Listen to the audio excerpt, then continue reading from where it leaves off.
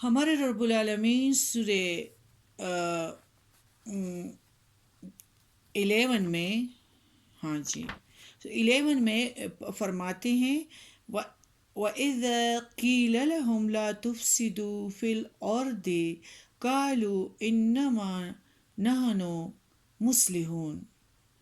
Number 12 سورہ بقرہ، أَلَا إِنَّهُمْ هُمُ الْمُفْسِدُونَ وَلَكِنْ لَا يَشْعُرُونَ۔ اور جب ان سے کہا جاتا ہے کہ زمین میں فساد نہ پھیلاؤ تو کہتے ہیں بلا شبہ ہم اصلاح کر رہے ہیں، سن رکھو یہی لوگ فسادی ہیں لیکن وہ احساس نہیں رکھتے۔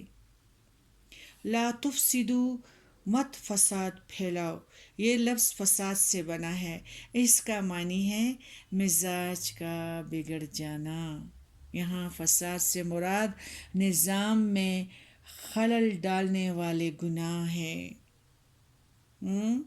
جس سے ملک اور وطن برباد ہو جاتے ہیں، جس سے گھر کا ماحول برباد ہو جاتا ہے، اور جس سے خاندان تہس نہس ہو جاتے ہیں، ٹوٹ جاتے ہیں۔ جب یہ حالات عام ہو جاتے ہیں تو دنیا کے امن اور کائنات کے نظام میں خلل پڑتا ہے۔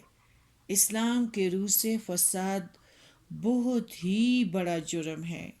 مصلحون، اصلاح کرنے والے، یہ لفظ صلاح سے نکلا ہے، یہ فساد کا الٹ ہے۔ فساد میں نظام بگڑتا ہے، اصلاح سے نظام سنورتا ہے۔ اس آیات میں منافق لوگوں کی ایک اور بدترین چال کا ذکر ہوا ہے کہ قانون الہی کے علاوہ کسی اور غلط طریقے پر قائم رہنا اور اس کا پرچار کرنا کون سا کم جرم تھا کہ یہ منافق بد نظمی پیدا کرنے اور فساد پھیلانے میں بھی لگ گئے۔ پس پردہ سازشیں کرنا، دوست بن کے دشمنی کرنا ان کی عادت ہو گئی۔ منافقوں پر قلبی روگ یہاں تک غالب آ گیا کہ ان کو نیک و بد میں تمیز نہ رہی۔ جب ان سے کہا جاتا کہ اپنے اس طرز عمل سے ملک میں فساد مت پھیلاؤ تو وہ کہتے ہیں کہ ہم تو خود اصلاح اور بھلائی کرنے والے ہیں۔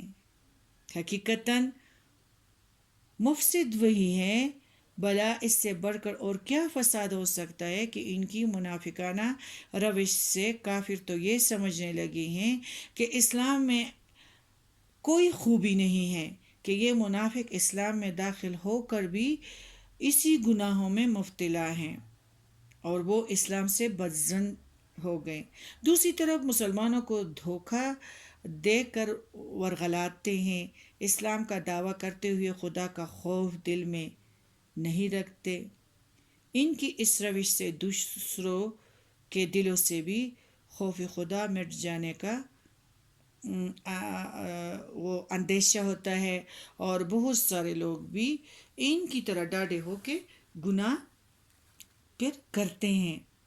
مطلب یہ ہوا کہ سچائی سے لوگوں میں آپس میں سلوک پیدا ہوتی ہیں، دوستی میں طاقت پیدا ہوتی ہیں اور لوگوں میں آپس میں سلوک پیدا ہوتا ہے جو دنیا میں اصلاح کا باعث بنتا ہے، سکون کا ذریعہ بنتا ہے، اور منافقت سے دنیا کے انتظام میں خلل پیدا ہوتا ہے۔